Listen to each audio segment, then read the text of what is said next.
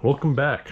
I know it's been a long time since I've made a video, but as you can see, I am in a very different location. I've purchased a house, and as you can imagine, there's a lot of different things that go along with that. So I've been really busy, but I got a free second here today, so I've got some time to make a video. I thought I would just kind of walk around where I'm at, what the status of the cars, and my new work area. So as you can see, I'll start off, my lighting in here is much better than the old apartment that I lived in, the single car garage. I had a single light bulb in there, so now I have, I don't know, 6 LED bulbs. It's like 3,000 lumens or 8,000 lumens total or something. It does a really good job. I don't need any more to work on the car, as you can see. I mean, this is a perfect amount. It's pretty dark in here. Otherwise, like, it's dark outside is what I mean. This is my backyard and little patio that we redid. So yeah, there's not a whole lot of updates on the cars. That's hence why I haven't made any videos. The Civic, still the same exact place it was last time we talked about it. I haven't touched the tune, haven't touched the car at all, except draining the catch can a couple times. It's received oil changes, and that's about it. I'm planning on doing a built motor on this next summer, probably maybe over the winter.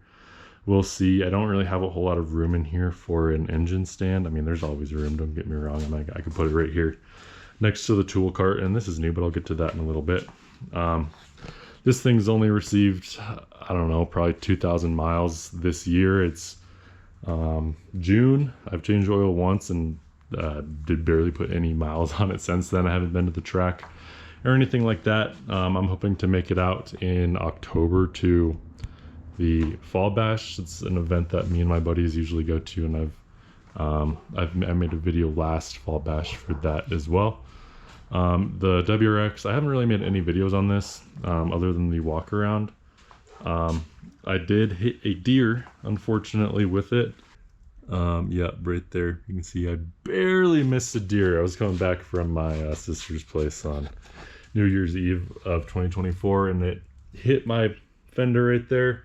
And then I have to get a new mirror. You can see it's unpainted. It's just black plastic. It wasn't too big of a deal. When I first hit it, I thought it was going to be way worse. So you can see the dent right there too. I didn't make an insurance claim or anything. Obviously, it's not that bad. That was definitely disheartening though. This thing also hasn't gotten a whole lot of miles this year. I mean, I drive it during the weekends. I mean, I switch off. I mean, if it's nice enough, I'll take this. If it's not, if I need AC or something, I'll take that. They've been doing really good. Again, no updates. I've kind of thought about selling the Subaru a little bit. No, I don't really drive it a whole lot. It's not really something I want to build as much as the Honda, just because it's a lot cheaper to build Hondas and stuff, and I think it's cooler. This is more kind of niche. And it seems like you guys, the internet, seems to appreciate a little more than the Bug Eye. So I don't know. I don't need to sell it, so I'm going to keep it around. And you might be asking yourself, if I haven't driven either of these cars, what have I been driving? So I'll tell you. The new daily, as you can see, it's a SF5, SF6, I guess, USDM. We don't have any cool turbo stuff in the States here, so it is a non-turbo. I'll make a more in-depth video of what I paid for this, my plans for it, and things like that. So keep an eye out for it. Yeah, so about the garage itself, it's about 440 square foot, like 22 by 23 or something like that. It's big enough for these cars. I guess if I had bigger cars, it probably wouldn't work to have both of them in here, but as you can see, I have ample walking room on either side. I've got some random tools hanging over there. I have my toolbox, or not my toolbox, the cabinet from the apartment. And then there's these integrated wooden shelves that the previous owner had done. So I've got to organize all that stuff, but it's honestly not too bad. There's a lot of stuff like just for the house, the tile and extra paint and piece of drywall, as you can see, stuff like that. So it's really not that bad. And again, the lights, these fixtures were already here. I just upgraded the bulbs, and they were like $7 a bulb for nice Philips LED ones, so it really worked out. The next and newest or other addition to the garage is my little work tool bench set up here. I actually got this last year. I don't think I made a video since I got it, but Harbor Freight. It's a US General cart. Harbor Freight has really good deals on Black Friday. I think I paid $170 for it. It was the last white one, and I really like the white one. I like keeping everything really clean, as you guys might be able to tell. I don't know, maybe I don't come off that way, but I like keeping everything really clean. So I got the white one, and I've very much grown into it. So I've got it's a decent set of sockets and stuff. Basic, I mean, up to 19 in 1/2 inch, and then deep and shallow 16 points. I've got the 1/4 inch. I've got some star bits, Torx, and I also got some new power tools. So I have this Hyper Tough. This is all Walmart brand stuff, by the way. Pretty much all these tools, everything is from Harbor Freight or Walmart. The power tools specifically, there's a guy, I don't remember his name, but he's makes some really informational videos on like testing power tools and stuff. So I have this drill, super basic drill. I think it was $40 with a charger and a battery. All of the Hyper Tough tools have a battery system similar to all the other ones. So this looks really similar to like what you'll see on Milwaukee. I don't think they're compatible, but it's the same deal. You can get a fast charger for it that plugs in, or it comes with one you can plug in with like a barrel jack. I also have their light that's rechargeable. I have their 1/2 inch impact, and this is like the best 1/2 inch impact value according to this guy's chart. It's more than enough for me. I haven't ran into anything that hasn't been able to tackle it yet.